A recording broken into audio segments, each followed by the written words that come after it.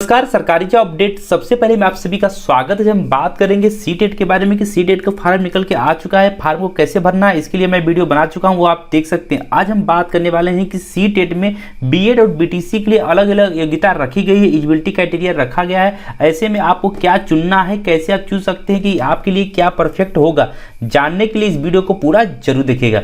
दोस्तों, वीडियो शुरू करने से पहले आपसे थोड़ा सा रिक्वेस्ट है, यदि आपने अभी तक इस चैनल सब्सक्राइब नहीं किया है तो प्लीज़ चैनल सब्सक्राइब कीजिएगा, साथ में घंटे का बटन भी दबा लीजिएगा। दोस्तों, जब हम बात करने वाले हैं सीटेट के बारे में कि सीटेट का ऑनलाइन फार्म निकल के आ चुका है, इस फार्म को कैसे अप्लाई करेंगे इसके बारे में मैंने वीडियो बना चुका हूं, आप जाकर मेरे यूट्यूब चैनल पर देख सकते हैं। आज आप बात करेंगे कि इसमें एलिजिबिलिटी क्राइटेरिया जो पूछा जाता है वहाँ पे अलग अलग ऑप्शन खुल के आता है। बीएड के लिए अलग होता है और बीटीसी या फिर डीएलएड के लिए अलग होता है। हर राज्य में बीटीसी को अलग अलग नामों से जाना जाता है, किसी भी नाम होगा मतलब वहाँ पे एक ही होता है कि वहाँ पे क्या चीज़ें फिलअप करना है। इस वीडियो को यदि आप पूरा देख लेते तो आप समझ सकते हैं कि सीटेट में जब भी आप एलिजिबिलिटी क्राइटेरिया भरेंगे तो कभी भी आपसे गलती नहीं होगा।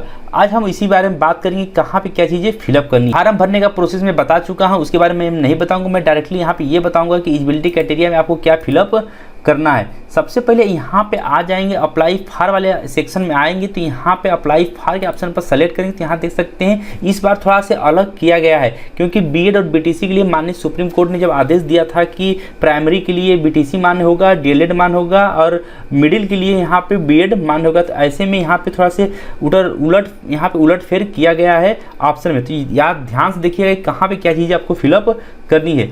यहाँ देख सकते हैं पेपर 1 जो बताया गया वो क्लास 1 से 5 किया गया है, पेपर सेकेंड जो है वो 8 से 10 यहाँ पे किया गया है। आप दोनों पेपर दे सकते हैं, दोनों पेपर के लिए एलिजिबल हो सकते हैं, लेकिन ऐसे कंडीशन में यदि आप दोनों पेपर अप्लाई करते हैं तो वहाँ पे आपके पास डीएलएड का भी डिग्री होनी चाहिए और बीटीसी की भी डिग्री होनी चाहिए। यहाँ पे देख सकते हैं क्वालिफिकेशन मार्क में ये दोनों मार्क यहाँ पे लिखा गया है। यदि आप बोथ पेपर करते हैं तो इस दोनों के ऊपर आपको टिक यहाँ पे करना पड़ेगा। यदि इसको आप बोथ करते हैं तो ये किसी एक पे करेंगे तो यहाँ पे आपका अमान हो जाएगा, या फिर बाद में कभी भी आप भविष्य में कहीं भी डीवी कराने जाएंगे, डॉक्यूमेंट वेरिफिकेशन कराएंगे, वहाँ पे आपकी गलती निकाल कर आपको छाट दिया जाएगा। तो ध्यान रखिएगा, यदि आप दोनों पेपर देना चाहते हैं तो दोनों डिग्री आपके पास होना चाहिए। बीएड और डीएलएड की दोनों डिग्री होनी चाहिए। डीएलएड को हर राज्य में अलग अलग। डायरेक्टली हम बात करते हैं कि यहाँ पे क्या डिग्री सेलेक्ट करनी पड़ेगी, तो मैं यहाँ पे बोथ पेपर ले लेता हूँ क्योंकि यहाँ पे दोनों डिग्री मुझे बतानी है, तो यहाँ पे मैं दोनों पेपर सेलेक्ट कर लेता हूँ। लैंग्वेज अपना यहाँ सेलेक्ट कर लेंगे, क्या क्या आपकी लैंग्वेज है, अपने हिसाब से अपनी लैंग्वेज सेलेक्ट कर लेंगे जो भी आपकी। लेकिन बात करते हैं कि मिनिमम एजुकेशन क्वालिफिकेशन क्लास 1 से 5 तक में जो आपका मिनिमम क्वालिफिकेशन में इस वाले सेक्शन में क्या फिलअप करना है। यहाँ देख सकते हैं 1 2 3 4 तक यहाँ पे शो कर रहा है, लेकिन यहाँ पे जो ये क्वालिफिकेशन आईडी खुल के आई है, यहाँ देख सकते हैं 6 तक खुल के आई है। लेकिन हमें बात करनी है कि यहाँ पे हमें देख सकते हैं जो भरने का ऑप्शन आता है सिर्फ 4 ऑप्शन यहाँ पे हमें देखने को आता है। तो ऐसे में सिर्फ यहाँ पे 4 तक ही आपको देखना है, 4 के नीचे आपको नहीं जाना है। एक एक करके बात करते हैं कि इसमें क्या चीज़ें कही गई है।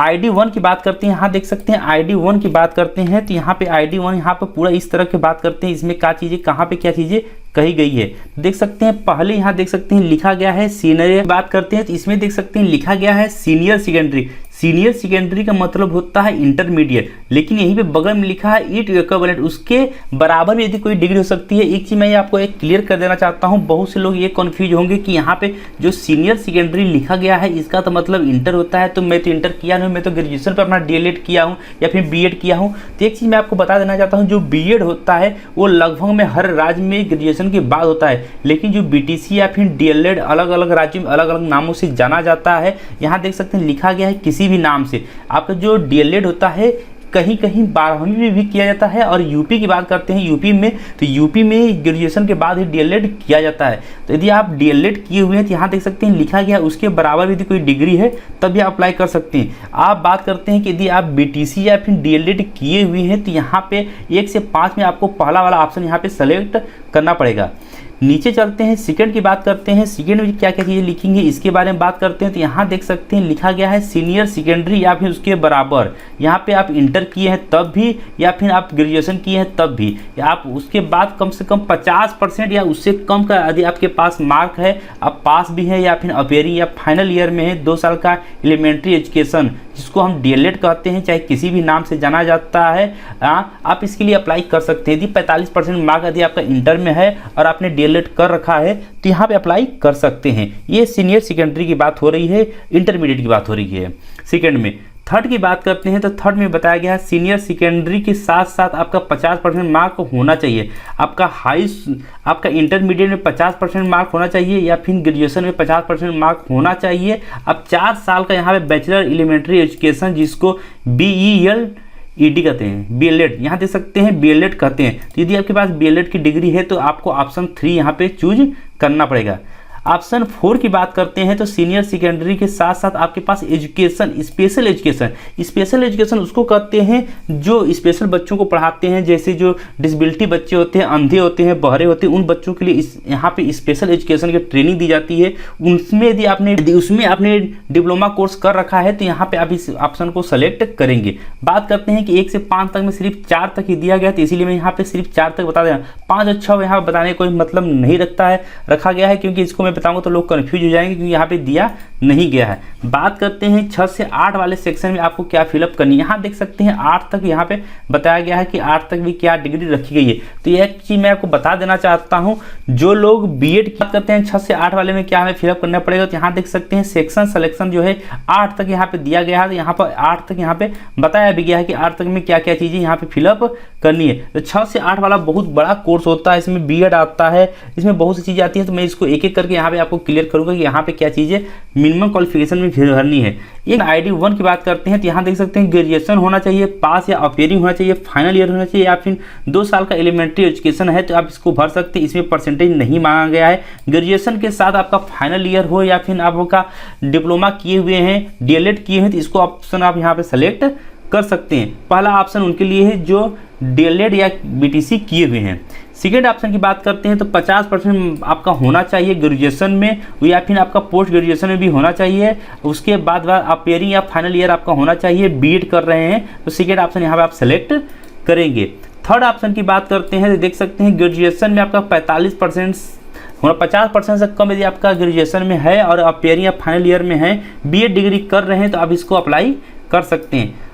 चौथे नंबर की बात करते हैं तो यहाँ देख सकते हैं 4 साल का आपके पास एलिमेंट्री एजुकेशन होए या आप कोर्स किए हुए हैं, तभी इस 4 नंबर को आप यहाँ पे सेलेक्ट कर सकते हैं। 5वें नंबर की बात करते हैं तो यहाँ देख सकते हैं सीनियर सेकेंडरी, देख सकते हैं यहाँ पे 12वीं मांगा गया है, क्योंकि कुछ राज्यों में मैंने आपको पहले बता दिया हूँ, कुछ राज्यों में 12वीं के बाद भी BED और BTC किया जाता है, वहाँ पे इसके लिए बताया गया है। यहाँ देख सकते हैं सीनियर सेकेंडरी अध्यक्ष ने कोष्टक में यहाँ लिखा गया उसके बराबर कोई कोर्स किए हैं 50% मार्क के साथ, और यहाँ देख सकते हैं बताया गया है 4 साल का BA हो गया, BSc हो गया, AD हो गया, BEd हो गया, या फिर BSc AD हो गया। ये सब कोर्स यदि आप कोई एक कोर्स की बात करते हैं, ग्रेजुएशन 50% के साथ साथ स्पेशल एजुकेशन यदि आपके पास है और 6 से 8 में अप्लाई करना चाहते हैं तो स्पेशल एजुकेशन यदि आप कर रहे हैं तो इसको आपको सेलेक्ट करना पड़ेगा। नीचे आएंगे 7वें नंबर की बात करते हैं, देख सकते हैं एनी कैंडिडेट हैव क्वालिफाइड, कोई भी कैंडिडेट जो BEd क्वालिफाइड है और प्रोग्रामिंग रिकॉग्नाइज NCT के लिए एलिजिबल है तो अब इस फार्म को अप्लाई कर सकता है। यहाँ पे 7 नंबर सेलेक्ट कर सकता है। 8वें नंबर की बात करते हैं तो पोस्ट ग्रेजुएशन यदि 55% मार्क आपका पास है तो आप यहाँ पे देख सकते हैं BED या फिर M.Ed किए हुए हैं, फाइनल ईयर है, 3 ईयर का यदि आपने BED या M.Ed किया है तो 8वां नंबर यहाँ पे आप सेलेक्ट कर सकते हैं। ऐसे आप समझ गए होंगे BED और BTC के लिए कौन कौन से यहाँ पे ऑप्शन हमें सेलेक्ट करना पड़ेगा। यदि आप यूपी से हैं और फार्म को अप्लाई कर रहे हैं तो वहाँ पे देख सकते हैं यदि आपने DLED किया हुआ है, यदि 1 से 5 में अप्लाई कर रहे हैं तो वहाँ पे 1 नंबर सेलेक्ट करेंगे, और 6 से 8 में यदि आपने BEd करके अप्लाई करा तो वहाँ पे आपको सेकेंड नंबर यहाँ पे सेलेक्ट करना पड़ेगा। अब आप समझ गए होंगे कि CTET का जो फार्म अभी नया वाला भरा रहा है वहाँ पे एलिजिबिलिटी क्राइटेरिया में हमें क्या क्या चीज़ें सेलेक्ट। वीडियो में इतना ही। आई होप आपको वीडियो जरूर पसंद आएगी। इस वीडियो में कुछ भी अच्छा लगा तो वीडियो को लाइक करें, शेयर करें। चैनल को अभी तक सब्सक्राइब नहीं किया तो प्लीज़ चैनल सब्सक्राइब कर कीजिए।